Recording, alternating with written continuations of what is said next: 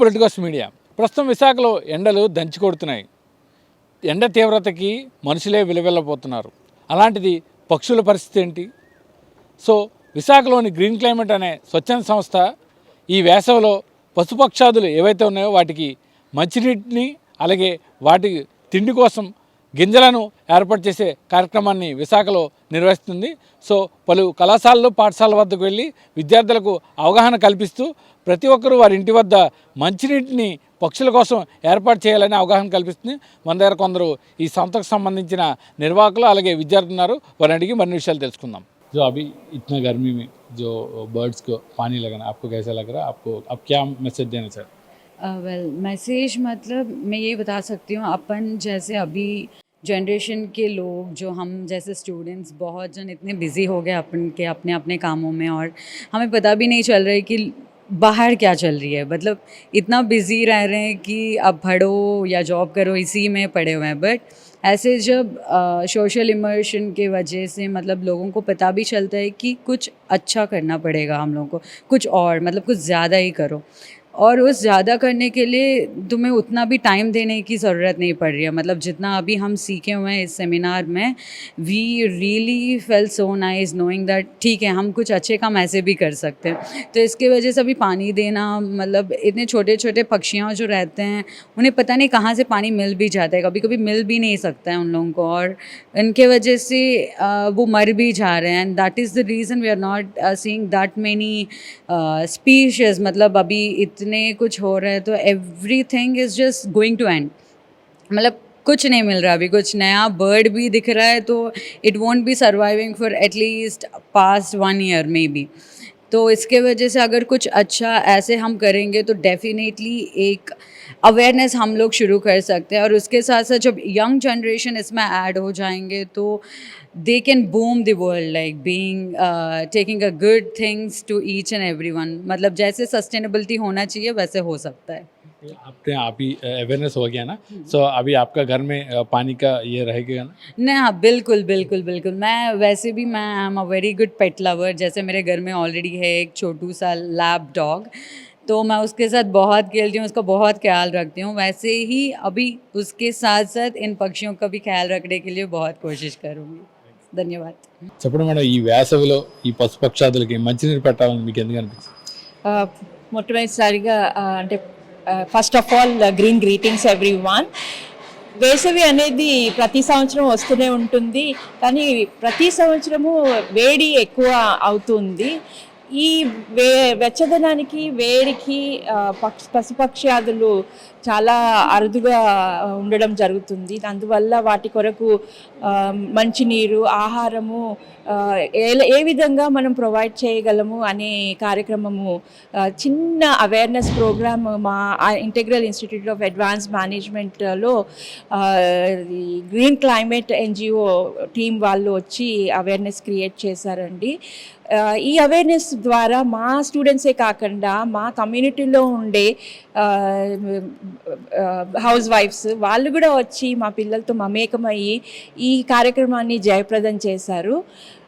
ఇది జయప్రదమే కాదు, ఇది కంటిన్యూస్గా జరగవలసిన కార్యక్రమము. వాటర్ పశుపక్షాదులకి వాటర్ ఇవ్వడం అనేది చాలా ముఖ్యమైన మన ప్రతిరోజు జరిగే కార్యక్రమము. అది మన ఒక హ్యాబిట్ లాగా చేసుకుంటే మనకి ఏ విధమైన ఇబ్బంది ఉండదు. పశుపక్షాదుల్ని మనము ఈజీగా పెంచడం జరుగుతుంది. వాటర్ వాటికి పెట్టడం అనేది అది చిన్న పనే, కానీ దాన్ని రోజు చేయడం వల్ల ఒక రకమైన రెస్పాన్సిబిలిటీ టువర్డ్స్ ఎన్వైర్న్మెంట్ ఉంటుందండి. అందువల్ల ఈ అవేర్నెస్ ప్రోగ్రామ్ కండక్ట్ చేయడం జరిగింది. జేవి రత్నం గారు గ్రీన్ క్లైమేట్ టీమ్ వచ్చి మాకు ఈ అవేర్నెస్ ప్రోగ్రామ్ కండక్ట్ చేశారు. వారికి పేరు పేరున ధన్యవాదాలు చెప్పుకుంటున్నాం. నేను ఆంధ్ర యూనివర్సిటీలో ఎంఏ సోషల్ వర్క్ చదువుతున్నాను. నేను ఇలా గ్రీన్ క్లైమేట్ ఆర్గనైజేషన్తో వచ్చాను. శాంతి ఆశ్రమంలో స్పారో డే చేయడానికి, ప్రొటెక్షన్ కోసం అవేర్నెస్ ప్రోగ్రామ్ చేయడం కోసం వచ్చాము. యాక్చువల్గా మన చిన్నప్పుడు స్పారోస్ అనేవి చాలా ఉండేవి. అప్పుడు చెట్ల దగ్గర బాగా చూసేవాళ్ళం, కానీ ఇప్పుడు అసలు స్పారోస్ అనేవి లేవు. యాక్చువల్గా ఇప్పుడైతే మనం పిల్లలకి గూగుల్లో కొట్టి చూపించాల్సి వస్తుంది, కానీ అప్పుడు ఇదేంటి చెట్ల దగ్గరికి వెళ్తే చాలు చాలా స్పారోస్ ఉండేవి. అందుకని స్పారోస్ అని 80% అంతరించిపోయినాయి. అంతరించిపోకుండా ఉండాలంటే ప్రతి ఒక్కరు వాళ్ళ ఇంట్లో సమ్మర్ అనేది వస్తుంది. సమ్మర్ టైంలో స్పారోస్ అనే కదా ఏదన్నా త్వరగా చనిపోయే ఛాన్స్ ఉంది. అందుకని కొంచెం బౌల్లో వాటర్, చిన్న చిన్న గింజలు పెడితే ఏ జీవన్నా కొంచెం బతికి ఉండగలదు, లేకపోతే చనిపోతాయి. స్పారో ఒక లైఫ్ స్పాన్ ఎంతో లేదు, జస్ట్ 4 to 5 మాత్రమే. 4 to 5 మాత్రమే ఉంది కాబట్టి దాన్ని కొంచెమన్నా కాపాడగలాలి మనం. ఒకవేళ మనం మంచి ఆహారం అలాంటి వాటర్ అలాంటి పెడితే ఏమో దాని లైఫ్ స్పాన్ అనేది ఇంక్రీజ్ చేయగలం, లేకపోతే లేదు. మేడం, ప్రస్తుతం వేసవికాలం, ఎండలు మండిపోతున్నాయి బయట. సో ఈ ఏదైతే మన పశుపక్షాదులు ఉంటాయో వాటికి ఈ మంచినీరు అవి కొన్ని సందర్భాలు దొరకని పరిస్థితి ఉంటుంది. సో ఒక గృహిణిగా మీరు ఏం చెప్తారు? అంటే వేసవికాలం అంటే పక్షులకి అందరిళ్లల్లోనూ కొంచెం ఫుడ్డు, వాటరు, ఒక బౌల్తో వాటరు అన్నీ పెడితే పక్షులకి అవి కొంచెం దాహం తీరడానికి అది బాగుంటుంది. నేనైతే ఎన్ని సంవత్సరాల నుంచి, చాలా సంవత్సరాల నుంచి నేను ప్రతిరోజు పెడతాను. సమ్మర్ అనే కాదు, ప్రతిరోజు నేను వాటర్ పెడతాను. సో పక్షులు వస్తుంటాయి, పక్షులు చాలా వస్తుంటాయి. నేను పిచ్చుకలకి కంకులు అవే కడతాను, ధాన్యం కంకులు. పిచ్చుకలు వస్తాయి, పావురాలు కాదు చిన్న గొవ్వలు అవి వస్తాయి, అన్నీ వస్తాయి. సిటీ లైఫ్లో మనం పక్షుల్ని, డిఫరెంట్ టైప్స్ ఆఫ్ బర్డ్స్ని మిస్ అవుతున్నాం మనం. సో ఇవన్నీ కట్టి ఇలా పెడుతున్నారు కదా, మీ ఇంటి ముందుకు వచ్చి వాళ్తున్నాయి, ఎలా ఉంది ఫీల్ మీకు? నాకైతే చాలా హ్యాపీ. నేనున్నా కూడా నా పక్కకు వచ్చి తింటాయి అవన్నీ. అవి అసలు భయపడవు, చాలా చక్కగా పక్కకు వచ్చి అలవాటు అయిపోయింది వాటికి. అన్ని రకాల బర్డ్స్ వస్తాయి మా ఇంటికి అయితే. సో మీరేం చెప్తారు ప్రజలకి? అందరూ కూడా ప్రతి ఇంట్లోనూ కొంచెం వాటర్, ఒక బౌల్తో వాటరు, ఫుడ్ పెడితే పక్షులన్నీ కూడా ఈ సమ్మర్లో అంతా కొంచెం హ్యాపీగా ఉండగలుగుతాయి అని చెప్పి. పక్షులకి మంచినీరు పెట్టాలని అనుకోవడం అంటే గొప్ప విషయం. మీ సంస్థ తరఫున మీరు ఏం చేద్దాం? నమస్తే అండి, నా పేరు అరుణ. నేను మన్మాలి గార్డెనింగ్ గ్రూప్ అడ్మిన్ని. పిచ్చుకలకి ఆహారము, మంచినీళ్ళు చాలా అవసరం అండి. బయోడైవర్సిటీని కాపాడాలంటే ముందుగా మనం పక్షులను కాపాడుకోవాలి. ఈ సెల్ ఫోన్ టవర్స్ వల్ల వాటి వల్ల చాలా వరకు పక్షులు అంతరించిపోయినాయి. ఇప్పుడు కొంచెం అలా పెరుగుతున్నాయి. ఈ టైంలో మనకి ఈ సిటీ లైఫ్లోని చెరువులు అవి ఉండక, నీళ్ళు లేక చాలా పక్షులు అలా మన కళ్ళ ముందే చనిపోతున్నాయి. సో ఇది చాలా చిన్న విషయం అండి. ఒక చిన్న తొట్టిలో నీళ్లు పెట్టడం అనేది చాలా చిన్న విషయం, కానీ అది అందరికీ అందదు, అంటే థాట్ అందదు పెట్టాలి అని, దానివల్ల బర్డ్స్ బతుకుతాయని చెప్పి. సో ఆ అవేర్నెస్ క్రియేట్ చేయడం మన బాధ్యతగా మేము స్వీకరించాము, మేము పెడుతున్నాము. అదే మట్టి పాత్రలో పెడితే చల్లగా ఉంటాయి, ఈ వేడికి ఎండకి నీళ్లు చల్లబడతాయి. సో అవి తాగి చాలా వరకు బ్రతుకుతాయి. చాలా పక్షులు ఆహారము నీళ్లు లేక చచ్చిపోతున్నాయి అనేది చాలా నిజమండి. ఇది చాలామందికి తెలుసు, కానీ ఇగ్నోర్ చేస్తారు. అంటే దీనికి మనం ఏం చేయగలము అని. సో మేము ఇది చేస్తే అవుతుంది, మన వల్ల అవుతుంది, ఇదేం పెద్ద పని కాదు. ఒక 2 minutes వరకు ఒక బౌల్లో వాటర్ వేసి పెడితే అవి అలా వెళ్తూ చక్కగా తాగి బ్రతుకుతాయి. దీనివల్ల మన ఎన్వైర్న్మెంట్ బాగుంటుంది, మన వాతావరణాన్ని కూడా మనం ఎంతో కొంత కాపాడిన వాళ్ళం అవుతాము. మన వంతు కృషిగా మనం ఇలా చేయాలని చెప్పి మేము అందరికీ అవేర్నెస్ క్రియేట్ చేయడానికి అయితే ఇక్కడికి రావడం జరిగిందండి. గ్రీన్ క్లైమేట్ రత్నం గారి ఆధ్వర్యంలో మేము ఈరోజు ఈ కాలేజ్లో అవేర్నెస్ ప్రోగ్రామ్ చేసాం. సో మీ చేతిలో ఉన్న ఇది ఏంటండి? ఇది బర్డ్ నెస్ట్ అండి. ఇప్పుడు నెస్ట్ పెట్టుకోవడానికి కూడా మనకి చెట్లు అవి చాలా కరువు అయిపోయినాయి. ప్లస్ ఏంటంటే అవి ఎక్కడ పెట్టుకున్నా కానీ చాలామంది తీసేయటము, లేదా చెట్లే లేకుండా చేసేస్తున్నారు. ఇంకా వాడికి పెట్టుకోవడానికి, నెస్ట్ పెట్టుకోవడానికి, వాటి సంతతిని అభివృద్ధి చేయడానికి వాటికి అవకాశం లేకపోతుంది కదా. సో ఇలాంటివి ఏంటంటే మనం గోడకి మేక పెట్టి ఇలాంటి నెస్ట్ పెడితే ఇందులో వచ్చి అవి గూడు పెట్టుకొని మనకి పిల్లల్ని అభివృద్ధి చేసి దానికి ఇంకా అభివృద్ధి చేసి మనకి ఇంకా పక్షి జాతులు పెరుగుతుంది కదా. సో అందుకని చెప్పి ఇలాంటివి మనం మన ఇంటి టెర్రస్ పైన ఏదో ఒక సేఫ్ ప్లేస్లో ఒక మూలగా ఒక మేక్ పెట్టి దీనికి కొడితే కనుక చాలా బర్డ్స్ అందులో పెట్టుకొని నెక్స్ట్ బతుకుతాయని చెప్పి ఇలాంటివి కూడా మేము సప్లై చేయడం జరుగుతుంది రత్నం సార్. సో మీరు ఇవాళ పక్షులకి ఈ వేసవిలో వాటర్ ఎంత ఇంపార్టెంట్ అనేది తెలుసుకున్నారు కదా. సో మీరేం చెప్దాం?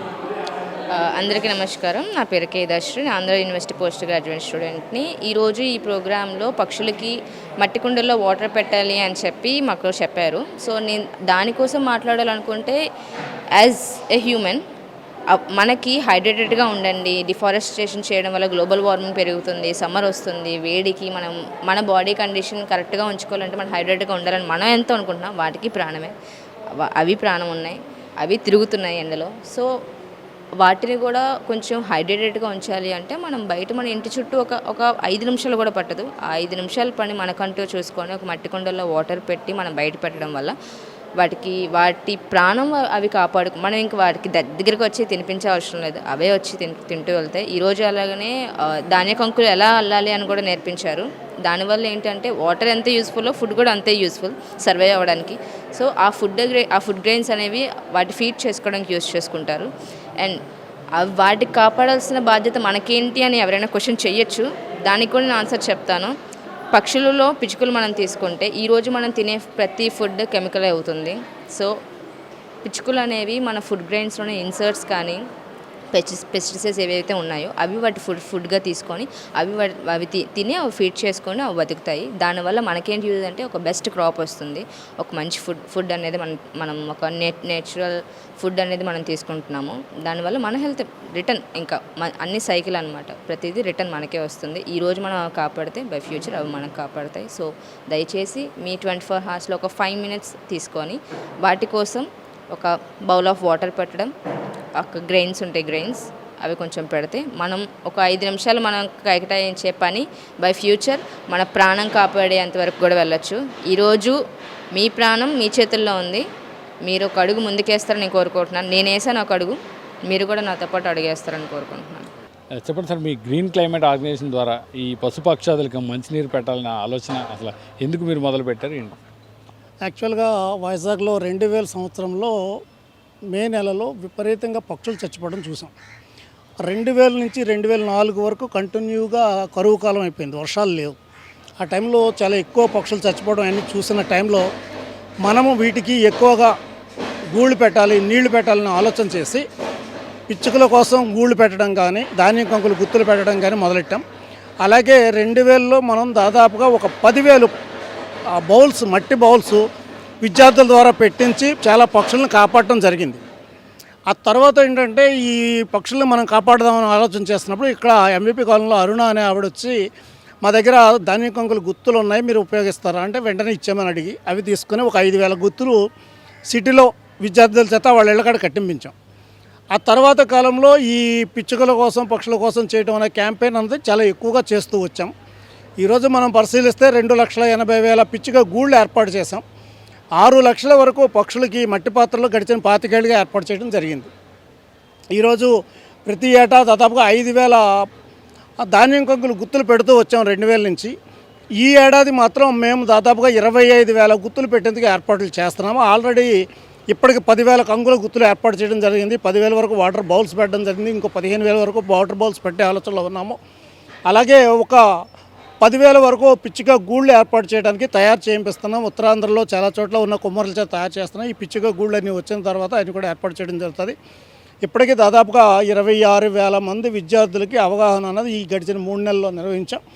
ఈ ఏడాది చివరి నాటికి ఏమి లేదన్నా ఒక 3 లక్షల మంది పిల్లలకు అవగాహన కల్పించి ఇవి ఏర్పాటు చేసే ప్రయత్నం అయితే చేస్తున్నాం. ఎలా ఉంది సార్, విద్యార్థుల నుంచి స్పందన ఎలా ఉంది? విద్యార్థుల నుంచి స్పందన చాలా బాగుంది. ఎందుచేతంటే ఫస్ట్లో విద్యా సంస్థలు పర్యావరణం గురించి చెప్పించడానికి ఏర్పాటు చేసేటప్పుడు ముందుకు వచ్చేవాళ్ళు car.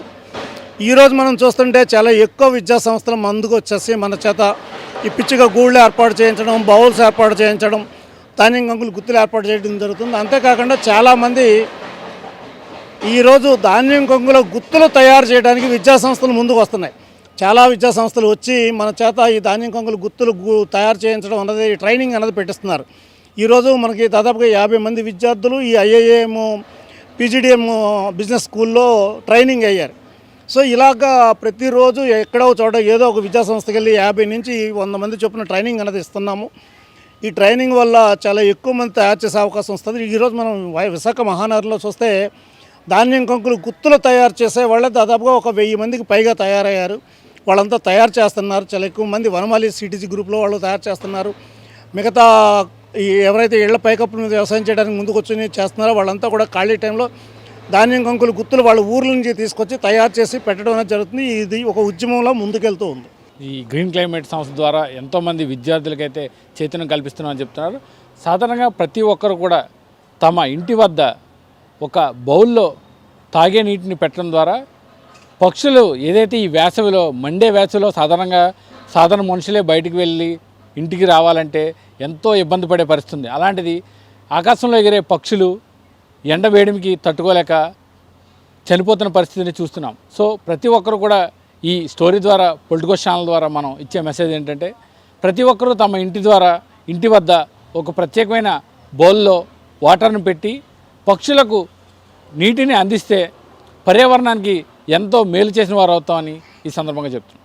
Cameraman ముఖేష్తో Kiran, Politicos, Visakha నుంచి. Please subscribe to the channel and download the Politicos app from the links in the description.